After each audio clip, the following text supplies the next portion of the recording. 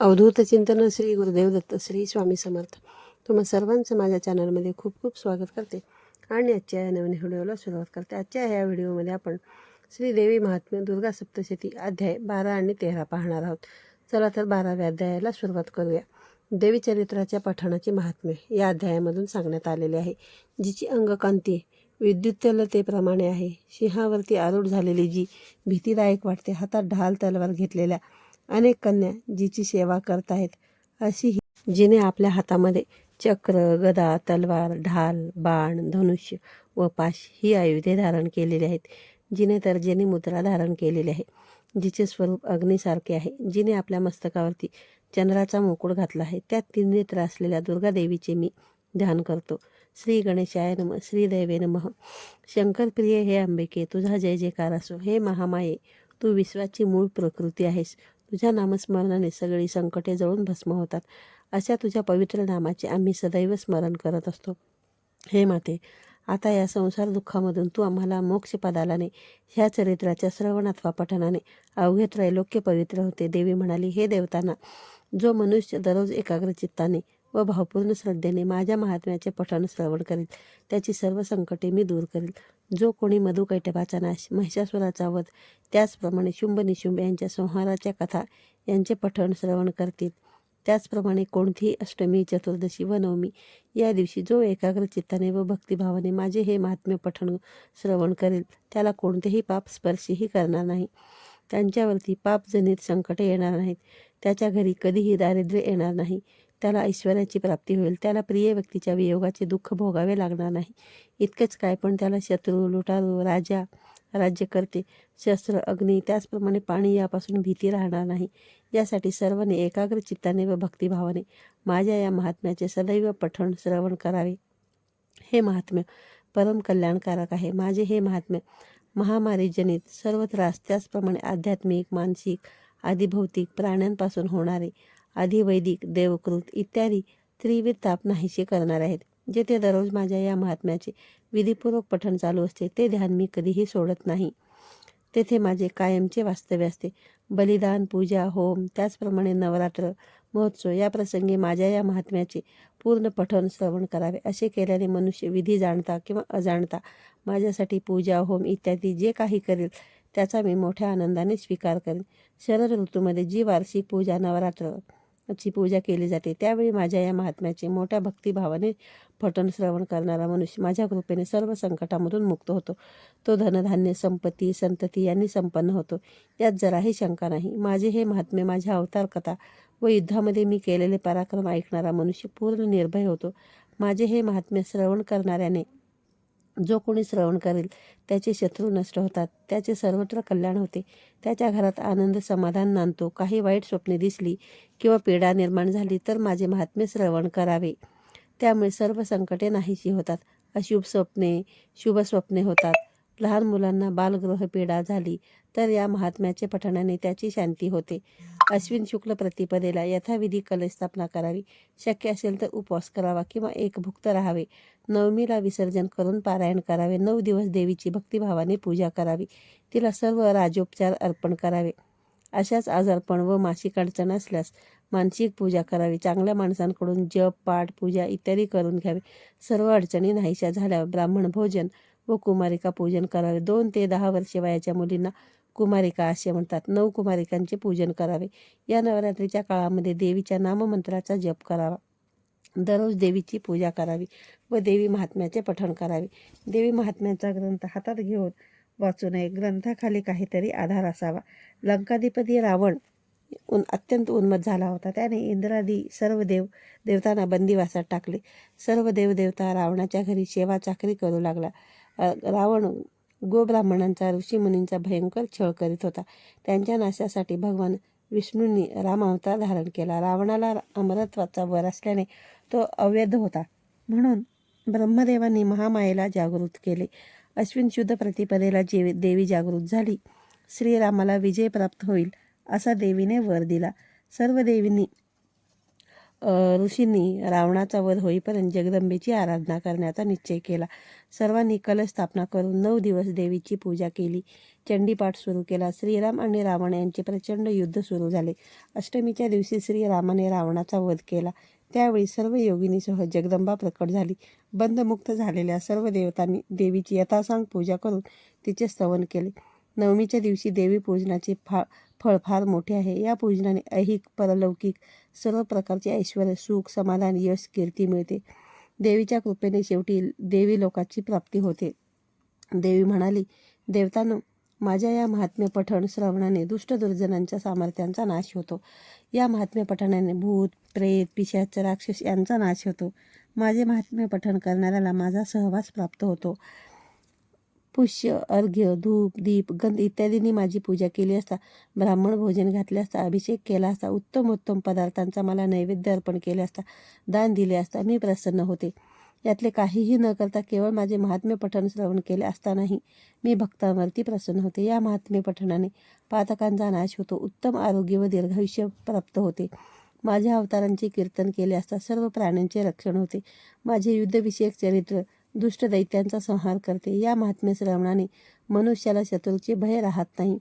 हे देवतांनो, तुम्ही आणि ऋषींनी माझे जे स्तवन केले आहे त्याचप्रमाणे ब्रह्मदेवाने माझे जे स्तवन केले आहे ते सर्व प्रकारची कल्याणकारक बुद्धी देणार आहे.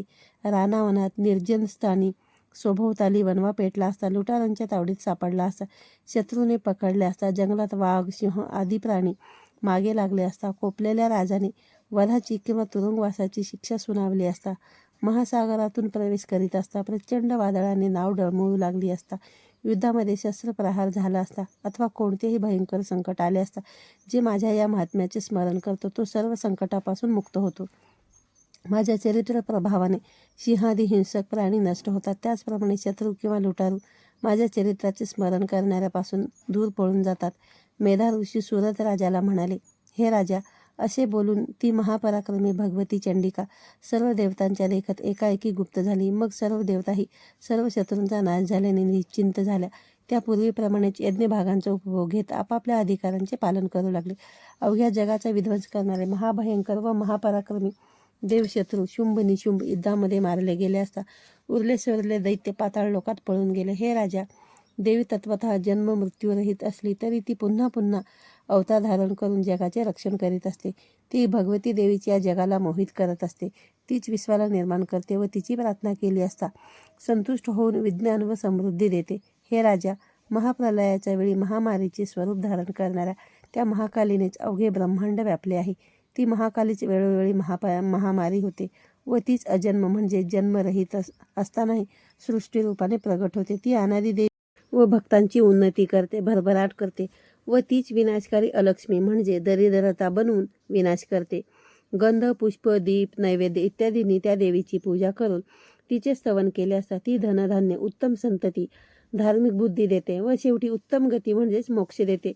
प्रसन्न झालेली ती भगवती ज्याला जे हवे असेल ते सर्व काही देते. या अध्यायाचे श्रवण पठण केले असता सर्व बाधा नाहीच्या होतात. स्वतः देवी भक्ताजवळ बसून महात्म्य श्रवण करते.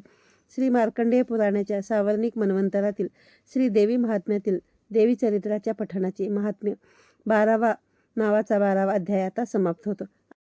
आता पाहूया अध्याय 13वा. यामध्ये सुरत आणि वैश यांना देवीचे वरदान हा या अध्यायामध्ये सांगण्यात आलेले आहे. उदयकालच्या सूर्याप्रमाणे जिची कांती आहे, जिला 4 हात व 3 नेत्र आहेत, जिने आपल्या हातात पाश, अंकुश, वर व अभय मुद्रा धारण केलेली आहे, त्या शिवा देवीचे मी ध्यान करतो. श्री गणेशाय नमः. श्री अंबिकाय नमः. श्री पार्वतीची अंगभूत असलेल्या सगळ्या जगाला सुख देणाऱ्या हे देवी, मी तुला भावभक्तीने वंदन करतो. मागील अध्यायात देवीच्या चरित्राचे महात्म्य सांगितले. स्वतः देवीनेच त्याची फलश्रुती सांगितली. सज्जन हो, आता पुढील कथा लक्षपूर्वक ऐका, त्यामुळे अपूर्व सुखाचा लाभ होईल. मेधा ऋषी सुरत राजाला म्हणाले, हे राजा, आतापर्यंत मी तुला भगवती देवीचे अत्यंत प्रभावी असे महात्म्य सांगितले. ही विष्णुमाया भगवती अवघ्या विश्वाला धारण करते. ही देवीच विद्या म्हणजे ज्ञान उत्पन्न करते. भगवान विष्णूंच्या माया स्वरूप त्या भगवतीने तुला या समाधी वैश्याला व इतरही विचारी लोकांना मोहित केले आहे व पुढेही ती मोहित करील. हे राजा, तू त्या भगवती परमेश्वराला शरण जा. तिची आराधना केली असता ती सर्व प्रकारचे भोग, स्वर्ग, मोक्ष देते. ती आपल्या भक्तांना भुक्ती आणि मुक्तीही देते. मार्कंडेय ऋषी शिष्याला म्हणाले, मेधा ऋषीने असे सांगितले असता सुरत राजाने मेधा ऋषीला मोठ्या आदराने नमस्कार केला आणि तो राजा राज्यग्रहण व ममत्व यामुळे अतिशय दुःखी झाला होता.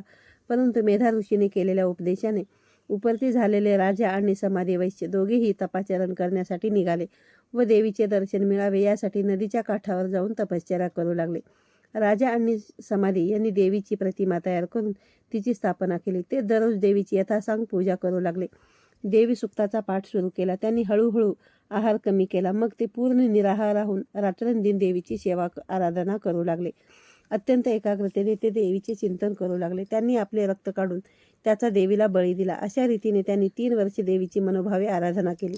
त्यांच्या या भक्तीने प्रसन्न झालेली देवी त्यांच्या पुढे प्रकट झाली व ती म्हणाली, राजा, मी तुम्हा दोघांवरती संतुष्ट झाले आहे. तुम्हाला जे काही हवे आहे ते मला सांगा.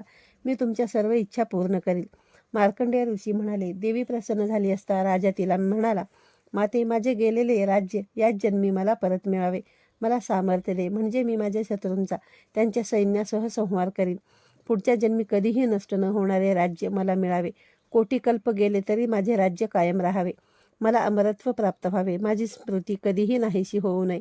वार्धक्य आणि रोग माझ्या वाऱ्यालाही उभे राहू नयेत. मला अजर निरामय आयुष्य लाभावे. समाधी वैश्याला पूर्ण वैराग्य प्राप्त झाले होते. तो देवीला म्हणाला, माते, मला ज्ञान दे, भक्ती दे, वैराग्य दे. माझ्या ठिकाणी मी माझे असा भाव राहू नये. माझ्या ठिकाणी कसलीही आसक्ती राहू नये. मी निर्गुण ब्रह्म व्हावे. राजा सुरत आणि समाधी वैश्य यांनी देवीकडे असे वरदान मागितले असता देवी म्हणाली, हे राजा, तू लवकरच तुझ्या शत्रूचा नाश करून गेलेले राज्य परत मिळवशील. तुला सर्व सुखे प्राप्त होतील. तू सार्वभौम राजा होशील. पुढे मृत्यू आल्यानंतर तू भगवान विवस्वानाच्या सूर्याच्या अंशाने जन्म घेशील व या पृथ्वीवर सावर्णिक मनूच्या नावाने प्रसिद्ध होशील. तू अक्षय राजा होशील. मग देवी समाधी वैश्याला म्हणाला, तू जो वर मला मागितलास तो मी तुला देते. तुला श्रेष्ठ असे आत्मज्ञान प्राप्त होईल. तुझ्यातील अहंकार ममत्व नाहीसे होईल. तुला समाधी प्राप्त होऊन तू जीवनमुक्त होशील. मार्कंडेय शिष्याला म्हणाले, सुरत राजा आणि समाधी वैश्य या दोघांनी देवीकडे जे जे मागितले होते ते देवीने त्यांना दिले. त्या दोघांनी भक्तिभावाने केलेले स्तवन ऐकून देवी एकाएकी गुप्त झाली. ते दोघे देवीने दिलेल्या वरदानाने धन्य झाले. देवीने दिलेल्या वरदानामुळे तो सुरत राजा क्षत्रियांमध्ये श्रेष्ठ असा सार्वभौम राजा झाला. त्याने सर्व राज्य सुखांचा उपभोग घेतला. पुढे मृत्यू आल्यानंतर तो देवीने दिलेल्या वराप्रमाणे सूर्यकुळात जन्मास येऊन सावर्णिक मनू नावाने प्रसिद्ध झाला. सर्व मन्वंतरातील तो 8वा मनू होय. या 13व्या अध्यायापर्यंत भगवती देवीचे अत्यंत अद्भुत देवचरित्र मार्कंडेयाने आपल्या शिष्यांना सांगितले. हेच चरित्र नैमिषारण्यात सुतांनी शौनकादींना सांगितले. तेच चरित्र मी तुम्हाला सांगितले. या अध्यायाचे श्रवण पठण केले असता सर्व संकटे नाहीशी होतात. उत्तम ज्ञान प्राप्ती होते.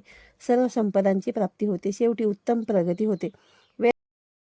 वेदव्यासांनी जसे सांगितले, देवीने जसे बोलविले तसेच येथे वर्णिले आहे. श्री मार्कंडेय पुराणाच्या सावर्णिक मन्वंतरातील श्री देवी महात्म्यातील सुरत आणि वैश्य यांना देवीचे वरदान नावाचा 13वा अध्याय समाप्त.